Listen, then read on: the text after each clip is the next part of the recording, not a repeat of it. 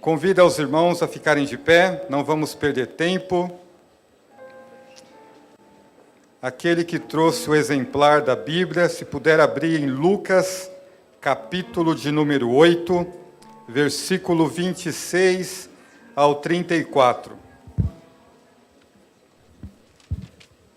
O Senhor tem falado desde o início sobre renovo, sobre libertação, e eu não tenho dúvida essa noite que Deus vai libertar, vai curar, vai nos alertar.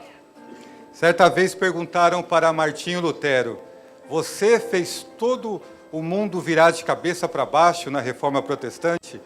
E a resposta daquele grande reformador foi essa: eu não fiz nada, quem fez foi a palavra. A palavra curou, a palavra libertou, a palavra renovou. Então essa noite não olhe para mim, olhe para a palavra. A palavra ela tem o poder de curar, libertar, renovar e, acima de tudo, nos levar para a eternidade com Deus. Amém? Lucas capítulo 8, versículo 26. Eu estarei lendo, os irmãos apenas acompanham. Eu vou estar usando dois textos paralelos, que é o de Lucas capítulo 8, versículo 28 ao 34, e Marcos capítulo 5, versículo 1, 20. Mas vou ficar em Lucas. Amém? Estarei lendo para os irmãos.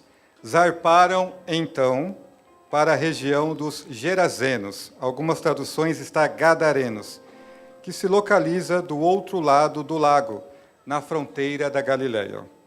Assim que Jesus desembarcou, foi ao encontro dele um homem daquela cidade, possesso de demônios, que fazia muito tempo não usava roupas, nem habitava em casa alguma, mas vivia nos sepulcros. Ao contemplar Jesus, berrou, prostrou-se aos seus pés e exclamou com voz forte: que desejas comigo, Jesus, Filho do Deus Altíssimo? Imploro a ti, não me castigues. Porquanto Jesus ordenara ao espírito imundo que abandonasse o corpo daquele homem. Diversas vezes o demônio havia se apoderado dele, mesmo com os pés e as mãos acorrentados e vigiado por guardas, arrebentava as cadeias e os grilhões, e era impelido pelo demônio para lugares desolados.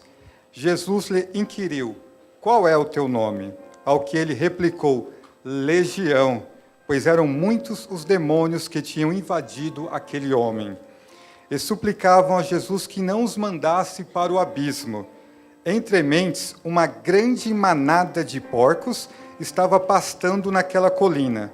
Os demônios imploraram que Jesus lhes permitisse entrar nos porcos. E Jesus consentiu. Então, saindo do homem, os demônios invadiram os porcos e a manada jogou-se precipício abaixo em direção ao grande lago, e todos os porcos se afogaram. Ao observar tudo o que acontecera, as pessoas responsáveis pelo cuidado dos porcos fugiram e foram contar esses fatos na cidade e pelos campos. E ocorreu que o povo saiu para ver o que tinha sucedido. Quando se aproximaram de Jesus, viram aquele homem de quem os demônios haviam saído, assentado aos pés de Jesus, vestido e em perfeito juízo, e todos ficaram apavorados. Amém? Podem sentar-vos.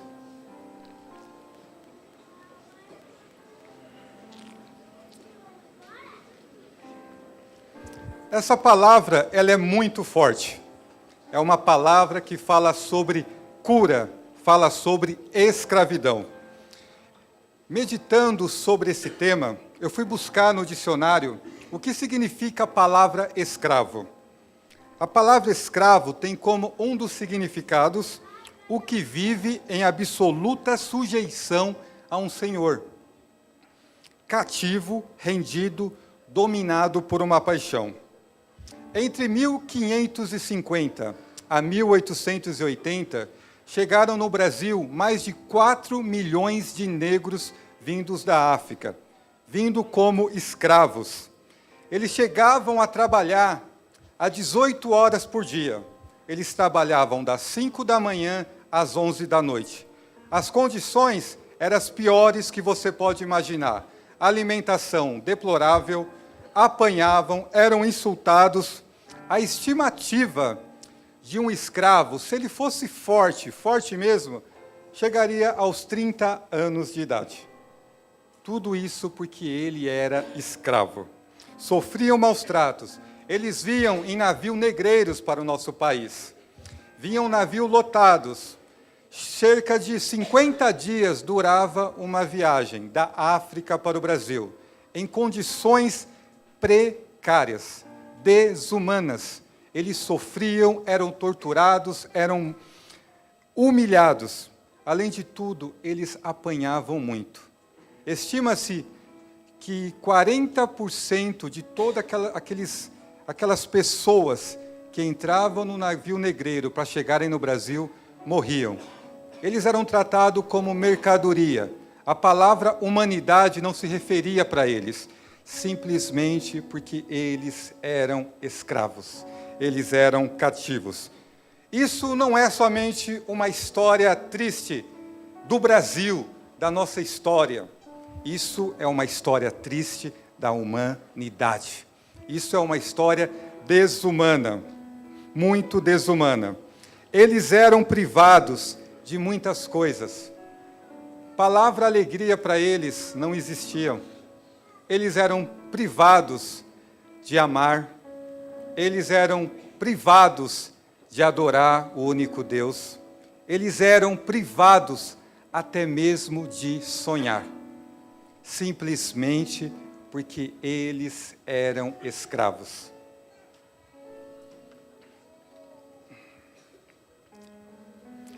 Porém, o grande mestre, o nosso Senhor e Salvador Jesus Cristo, que se faz presente em nosso meio, ele nos trouxe uma nova reflexão sobre o que é ser escravo. Jesus, ele não somente, pastora Vasti, ele nos falou sobre a escravidão física.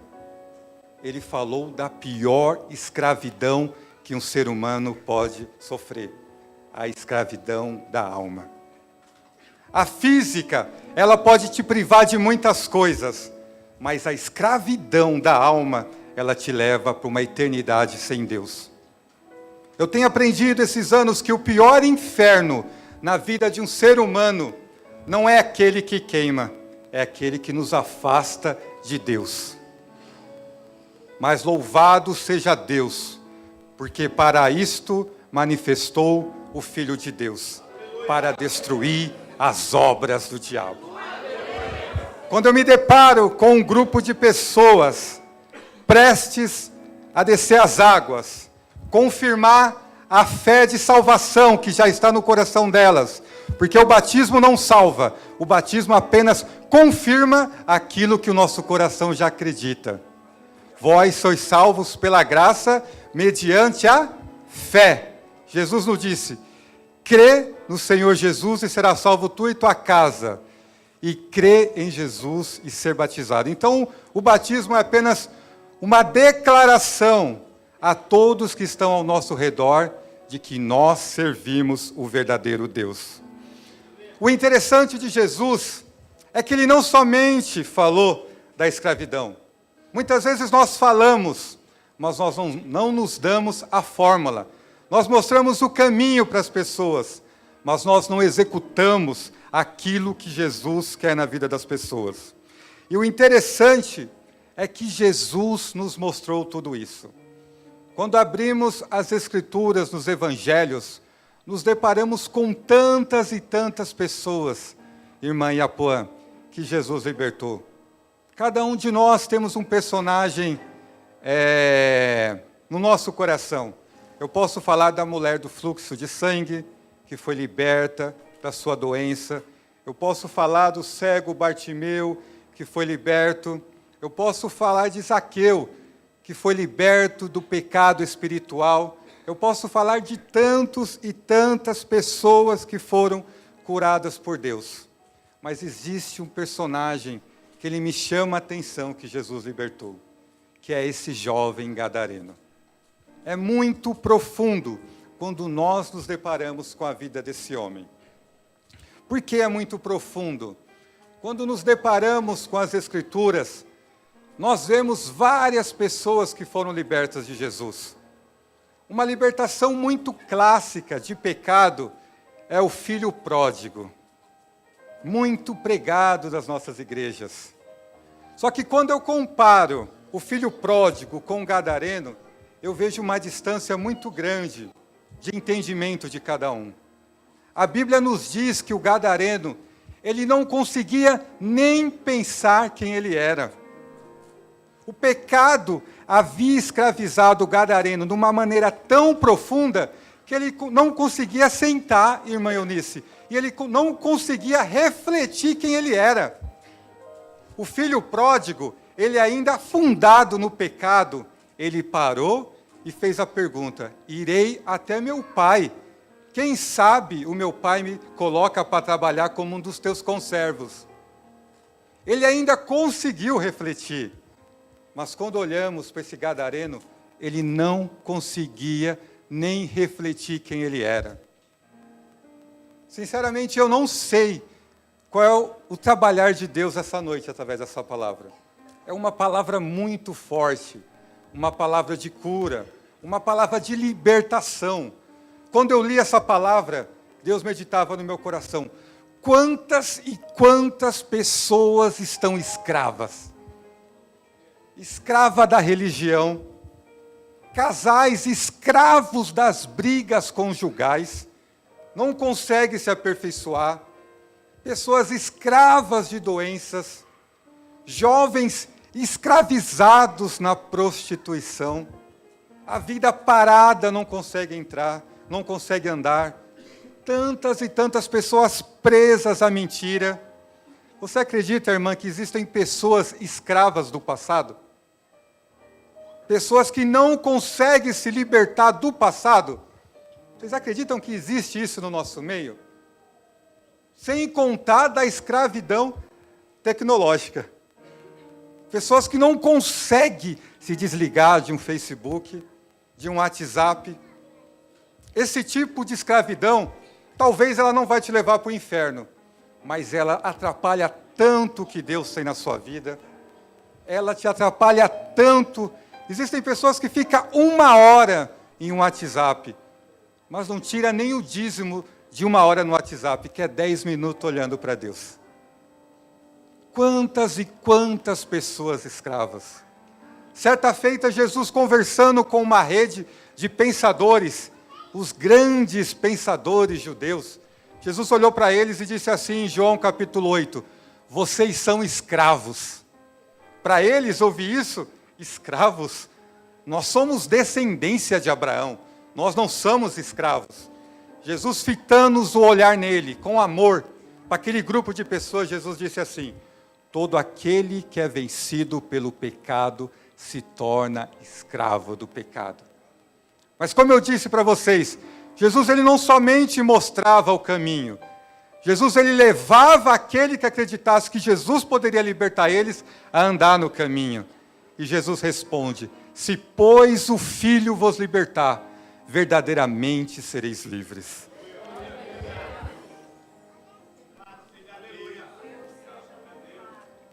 Deus está falando em nossos corações. E quando eu olho para a vida desse jovem gadareno, eu vou me direcionar para ele hoje como um jovem.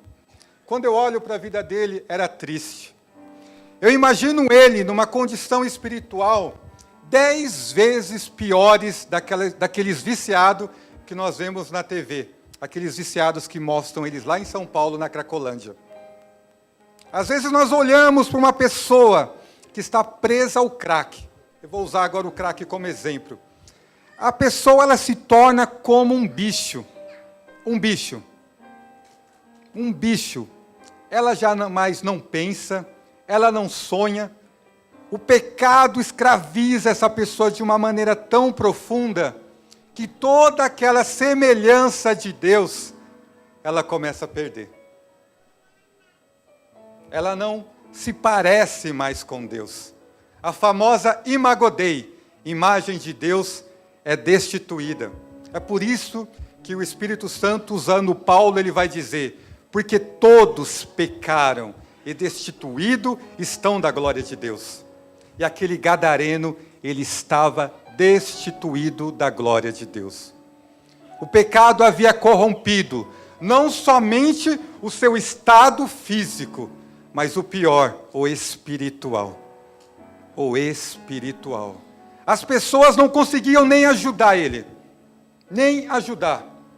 A Bíblia diz que as pessoas algemavam ele. Passava algum tempo, ele destruía todas as algemas que estavam nele.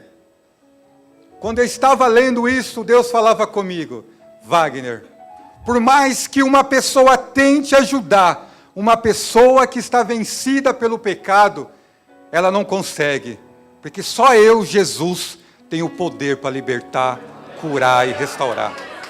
Só eu, Jesus, posso mudar uma história.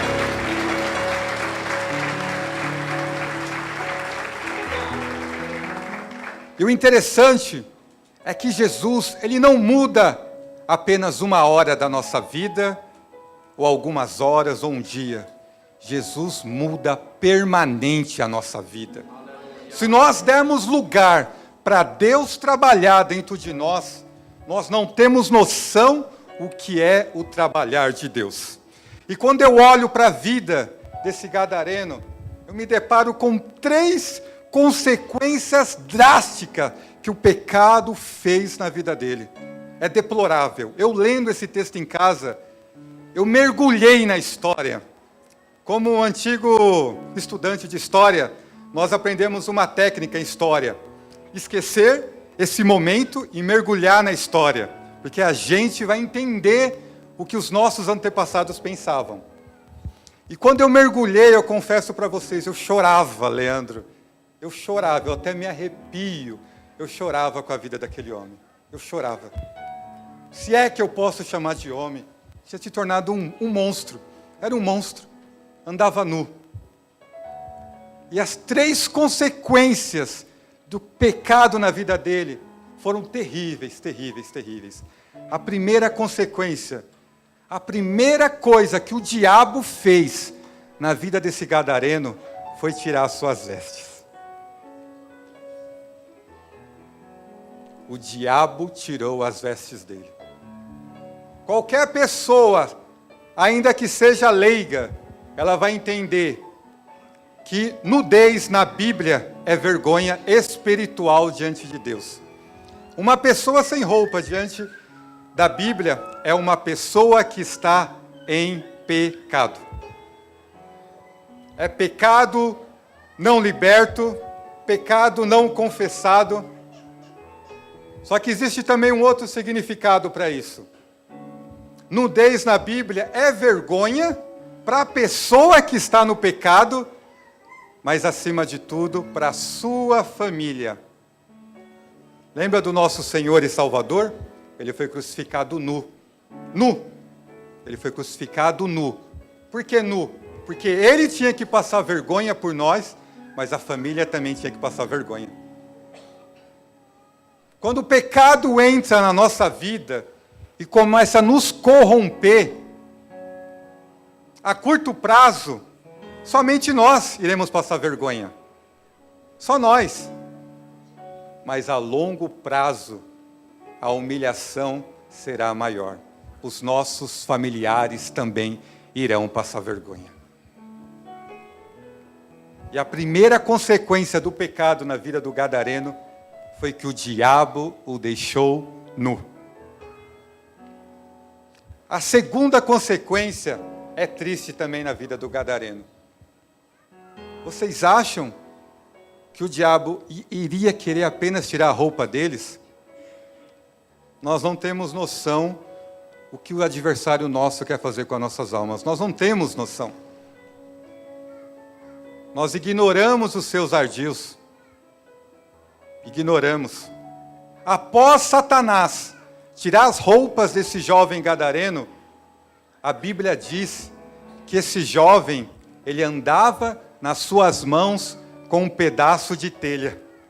um pedaço de telha, pastor. E em algumas traduções está como lasca de rocha. Mas o que ele fazia com esse pedaço de telha na mão? Ele se cortava. Ele se mutilava. E o interessante e o triste é que era dia e noite sem parar. A Bíblia diz que ele gritava alto. Quando eu li na Bíblia esse gritar alto é triste. Eu vi a alma dele chamando por Deus. A minha alma anseia pelo Deus vivo. A minha alma tem sede do Deus vivo. Até mesmo inconsciente, a nossa alma anseia pelo Deus vivo. A minha alma anseia, e a alma dele ansiava pelo Deus vivo. Pelo Deus vivo.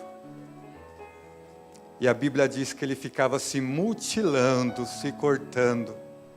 O diabo deu de presente para ele um caco de telha. E eu pergunto, o que o diabo tem dado para você? Não me responda, o Espírito Santo está respondendo no seu coração. Para o gadareno foi um caco de telha. E para nós, o que o diabo tem dado para nós?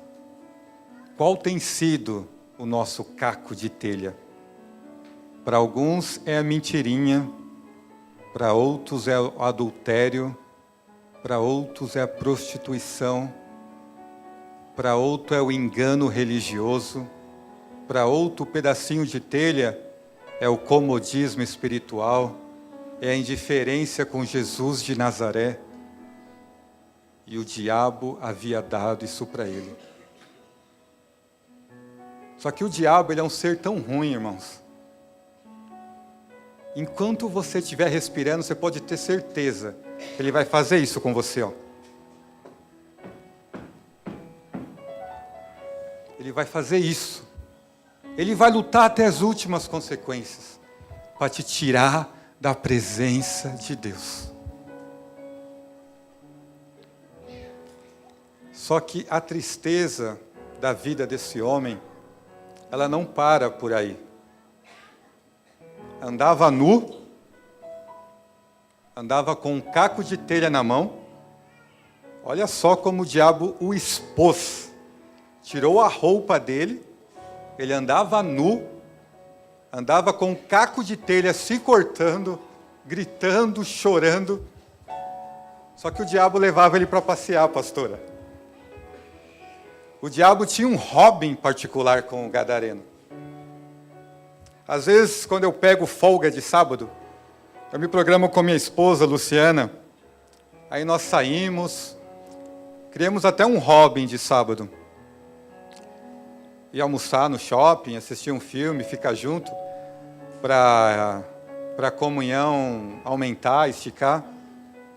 E quando eu estava lendo esse texto, Deus revelou para mim que o diabo tinha um hobby com ele. Você pode imaginar qual era o hobby que o diabo tinha com ele? Levava ele para passear nos sepulcros. Ele ia passear nos sepulcros. Passear nos sepulcros, nu, sem roupas, se torturando e andando no meio de mortos.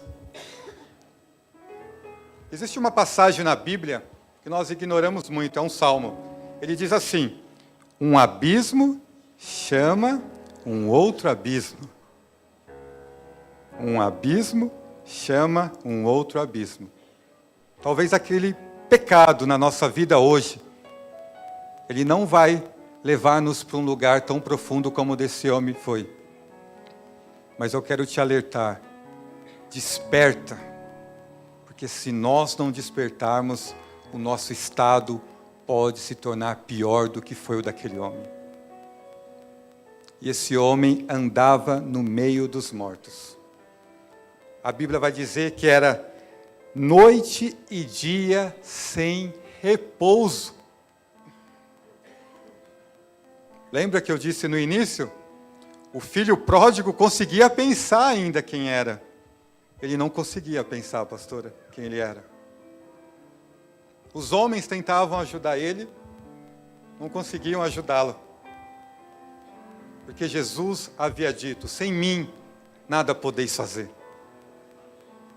Eu entendo com isso, enquanto nós lutarmos com as nossas forças, nós não iremos vencer esse mal que está perturbando cada um de nós. Quantas pessoas, eu me lembro nitidamente do meu batismo, um grupo alto, um número alto de pessoas que se batizaram, e quantas estão hoje andando pelos sepulcros da vida, longe dos caminhos do Senhor, afastada, nu, se torturando das depressões da vida, do século ao qual Satanás é o príncipe. Quantas e quantas pessoas estão nesse tormento, presas a cadeias, presas aos vícios, enjauladas na escravidão do pecado. Porque o pecado, ele tem um salário. Vocês já conhecem muito bem o salário do pecado. É a morte. E aprendam uma coisa, nós não fomos criados para ir para o inferno. Não podemos ir para o inferno. Não podemos. Por isso, quando eu vejo um grupo de pessoas indo para o batismo, é como se fosse um grito do Espírito Santo. Eu ainda estou salvando. Eu ainda estou curando. Eu ainda estou libertando. Eu ainda estou renovando. Porque maior é aquele que está em mim do que aquele que está no mundo. E o lindo dessa história é que havia um dia marcado. A história não para por aí. A Bíblia diz que um dia Jesus passa por esse lugar. Jesus, ele passa por esse lugar. Jesus, ele passa por esse lugar. Jesus, ele passa por esse lugar. Jesus, ele passa por esse lugar, por esse lugar, por esse lugar, por esse lugar. E a narração bíblica diz assim: ao contemplar Jesus, o Gadareno, a Bíblia diz, ao contemplar Jesus, o escritor de Marcos vai dizer, ao ver Jesus de longe. Eu quero dizer para você, se você está vendo Jesus de longe, eu te convido nesse momento a olhar Jesus de perto. Porque Jesus nunca esteve tão perto como ele está hoje. O batismo é algo muito profundo, por quê?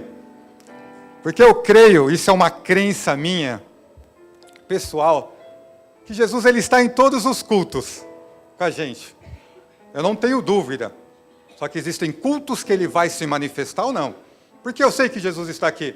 Porque ele disse que estaria conosco todos os dias. Agora, o se manifestar é uma outra coisa. Por que o batismo é um culto diferente? Porque Jesus, quando vem num batismo, ele traz os anjos. Porque a Bíblia vai dizer que quando um desses se arrepende, os anjos se alegram na eternidade. Talvez hoje você olhe para esse grupo, simbolizando santidade, vida nova com Deus.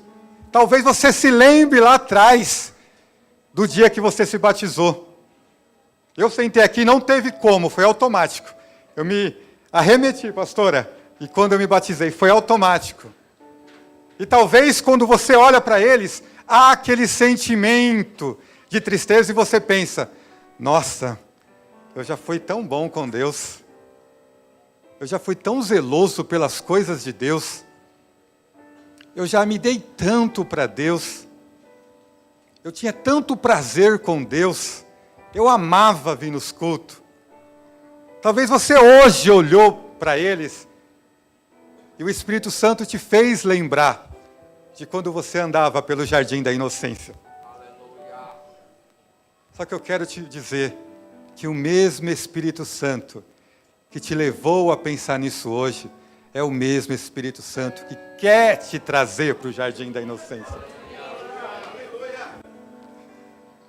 E esse homem contemplou Jesus de Nazaré. Irmãos, Deus, ele tem um poder tão grande. Quando uma pessoa olha para Jesus, ainda que seja de longe, como o gadareno olhou, irmão, a vida dela muda. Ainda que essa pessoa não consiga nem pensar quem ela é, pastor, ainda que essa pessoa não consiga nem refletir quem ela é, eu digo para você que até Satanás trabalha para Deus. Quem foi que reconheceu Jesus? Foram os demônios. Foram eles que reconheceram Jesus, porque ele não estava em condição de conhecer Jesus. E Deus me fala essa noite, tantas e tantas pessoas aqui não conseguem mais reconhecer Jesus. É um morto-vivo, não sente mais a presença de Deus. Ela não consegue mais nem refletir quem ela era. Não consegue. Mas eu quero te dizer, ainda que a sua pedra esteja te torturando você, te destruindo, Deus vai mudar a sua sorte. Deus usou os demônios. Olha só que forte, os demônios reconheceram Jesus. É triste saber que os demônios muitas vezes reconhecem Jesus e nós não reconhecemos Jesus. E é muito triste mesmo, porque se a nossa fé não superar a fé desses demônios, você pode ter certeza que o nosso futuro será muito triste. Tiago disse assim, você crê em Deus? Eu digo para vocês que até os demônios creem em Deus e tremem. Aleluia. Mas eu quero dizer para você, fitando no olho de cada um, com amor, se a nossa fé em Jesus não superar a fé dos demônios, será triste para nós. E a Bíblia diz que ele reconheceu Jesus. Já virou até chavã, né? Onde Jesus está, alguma coisa acontece. E a verdade é bíblico. Onde Jesus está, alguma coisa acontece. E aconteceu. Jesus vestiu aquele homem novamente. Jesus vestiu. Por que Jesus vestiu? Porque Deus amou o mundo de tal maneira que deu teu Filho único para que você não pereça, mas que tenha a vida eterna. Porque Deus enviou Jesus ao mundo, não para condenar o mundo, mas para que o mundo fosse salvo por Jesus. Talvez eu e você, se estivesse ali, mergulhe na história comigo, diante de um homem nu, louco, preso, fedido, gritando. Talvez eu e você, se visse que esse homem estivesse lá, na entrada da igreja, de mansinho nós saía pela primeira porta e dava a volta. Eu não tenho dúvida que nós faríamos isso. Eu não tenho dúvida. Mas Jesus não fez isso. Jesus vestiu esse homem novamente. E o lindo é que Jesus restaurou o seu juízo. Jesus restaurou o seu juízo. E o mais gostoso de tudo é que Jesus tirou ele do vale da morte. Ó Satanás, o hobby dele até hoje foi andar no meio dos mortos. Mas eu sou o caminho, a verdade e a vida. Agora ele vai andar comigo. Ele vai andar comigo.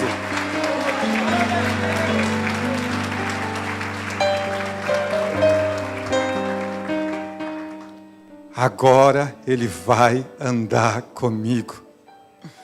Ele vai andar comigo. Ele não vai mais gritar nas ruas. Você não vai nunca mais tirar a imagem de Deus dele. Ele não vai mais se torturar.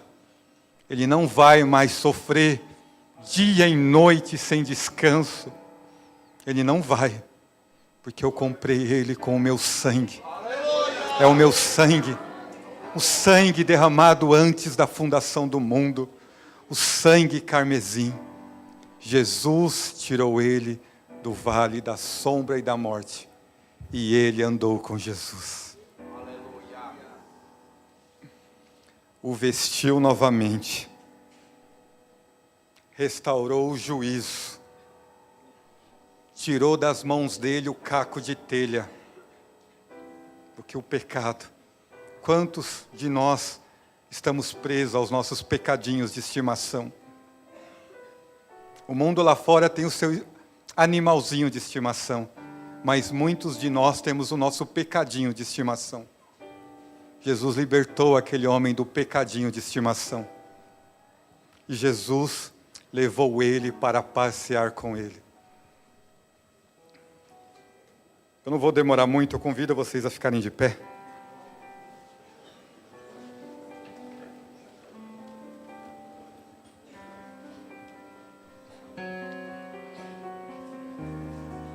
Talvez hoje você perdeu as suas vestes.